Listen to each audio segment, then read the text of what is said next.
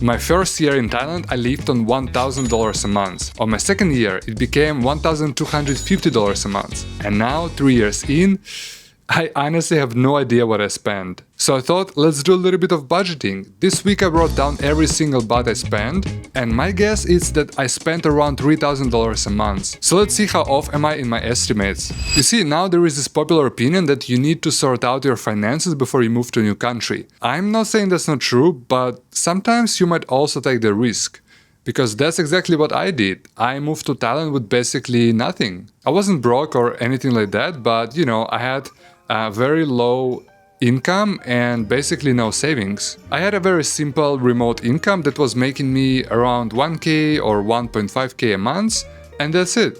So long story short, I graduated my university as a data scientist and I really didn't want to pursue a career. So instead I thought, okay, I need to pay my bills, I need some job to pay my transition period between, my road that I have to take, become a data scientist and have a stable job and something creative, which I always wanted to do. And at the same time, I was like, okay, I don't want to do anything data science related because that's a little bit too much work and, you cannot get a freelance job as a data scientist. Is mostly, at that time, they're mostly full-time jobs. So I was like, okay, I like to write.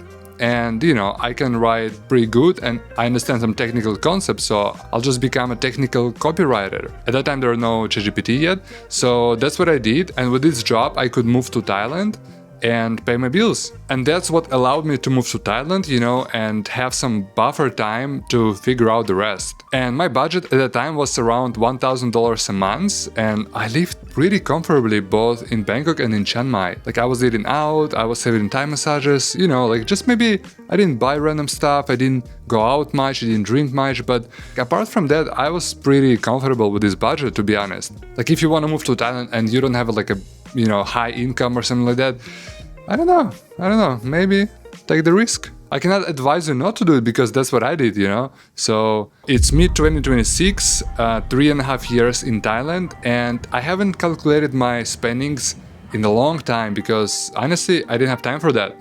You need to actually have time for that, it's a project. So what I did now, I wrote down every single expense that I had over 1 week, every little thing, and then I added all my monthly expenses such as rent and stuff to the cloud and ask to calculate and estimate my monthly spending based on this 1 week. So let's take a look at it. This is basically my 1 week of spending and I spent 10k baht. Yeah, that's honestly a little bit disturbing to watch because I didn't know I spent so much on random stuff, but I had a suspicion, So as you can see, on average that's maybe 1,500 baht, and day 7 is a lot because I purchased the supplement, the omega-3 thing that I take, and it's quite expensive. But there are days where I didn't spend, much money, like day 3 and day 5. So it's very variable as well. And this is the normal day in Bangkok. For example, on Tuesday, I spent on a Grab bike some money. I bought some sweet potato, protein, then coffee and work. I think I worked at a coffee shop that time. Oh, what is that? I don't know how that happened. But yeah, then we had dinner and dessert. 500 baht for a dinner. That's pretty average price for Bangkok. And I think I eat out at dinner quite a lot. So I usually cook breakfast and then I eat the dinner, in some mall or in some restaurant. Yeah, so this is 2,000 baht per day. That's, I don't know, it's kind of a lot, yeah. I didn't know I spent so much. Oh, so this is the breakdown by category. So we have, first category is food and coffee. That's interesting. And the second category is supplements. So I spend quite a lot on supplements. It's crazy. So I guess supplements are expensive. Yeah, it's a luxury. Third category is massage and onsen. I think I went to onsen that week. I try to go every week with with my friends. It's very fun experience. It's amazing. Bangkok has great onsen and it's so good. Then I spent some money for Thai lesson. I just had one lesson that week. Oh, what is that? Fun? Yeah, I think that date expense was kind of on the lower end. It happens. So yeah, let's not talk about it. And for transport, so it's basically 1,000 baht per month for transport, which is not a lot. Yeah. But I don't do taxi at all. I don't do like Grab car or something. It's only public transport. And then we have the boring monthly stuff. So all the expenses that, come every month. So here we have gym. I paid for 6 months contract. So it's 1,100 baht. For my data on the phone, I pay 450 baht. I think it's unlimited. And I have the Whoop. This thing right here also comes at the subscription basis, so I have to pay for that. I still pay for Tinder. Maybe I should cancel. So I have YouTube Premium. I have Cloud. Cloud is very important in my lifestyle now. I think it replaces me, the manager, and many other stuff. So I think it's a good investment, but it's kind of pricey. And Thai lesson. Damn, protein and supplements. That's like 6,000 baht per month.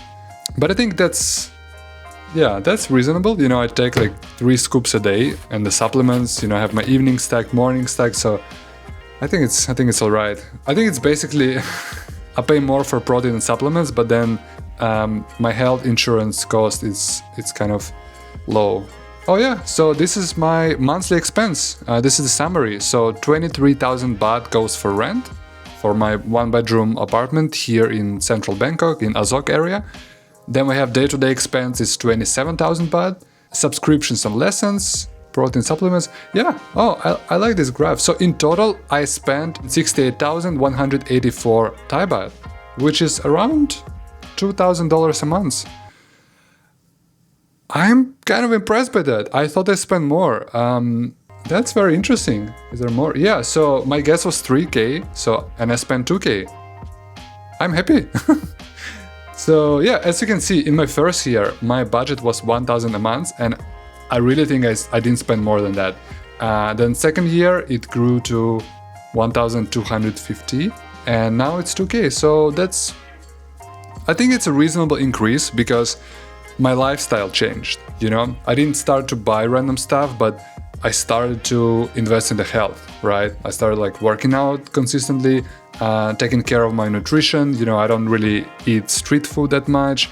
I care about what goes inside my body. Yeah, so I feel like I spend almost the same as before, but just more eating out and more supplements and protein and gym and all of the stuff. So that's good. Oh, I'm happy to know that I'm still frugal. I was worried to know my monthly expense because I think lately I don't really pay attention on how much I spend. I try to focus on earning more. So I was like, fuck it, let's just, I just spend money like whatever. And I still don't spend much because I think I have the buffer for buying things. So if I want to buy something, I put it to the note. And then, when the time comes, I'm like, I take a look at it. If I really need this thing, I'll buy it. If I don't need it, I'll just remove it, So I never impulse buy. And also, I think with food, I'm more relaxed because I know, okay, yes, I will pay like 500, 600 baht for dinner, but I think that really makes me very happy. Like food makes me happy, so I don't think I'm really trying to save up money on food and, choose like the food court or street food instead. And then also one important detail, travel was not included in this breakdown. So I travel now every month. I go to some province in Thailand, also I have the upcoming series where I travel every province in Thailand. And I think half of the months I spent traveling. I don't know if I should include it because that's kind of my job, I guess. But if you live in Thailand, you're gonna be traveling, right? So I think you have to add some budget for traveling because Thailand has so much to offer. It's so easy to go, to the island, to the mountains. So I think when I travel, I definitely spend more because my rent goes up. I have to pay for the hotel. But for me personally, that's kind of a work expense. So that's why I didn't include it into this breakdown. I think if I would have to live on $1,000 per month again, I could definitely do it. I think it's doable. I would just drop all the supplements. That's definitely not necessary. I will try to cook home more. I will try to, just make my own food or eat in street food. I think then my budget would just go back to 1,000. So I don't think it's very hard to live on $1,000 per month in Thailand, even in 2026. I think I'm very comfortable where I'm at right now. And Yeah, I don't think it makes big of a difference. So what do you guys think? What is your monthly budget in Bangkok or in Thailand? I'm really curious to know, so let me know in the comments, and thanks for watching.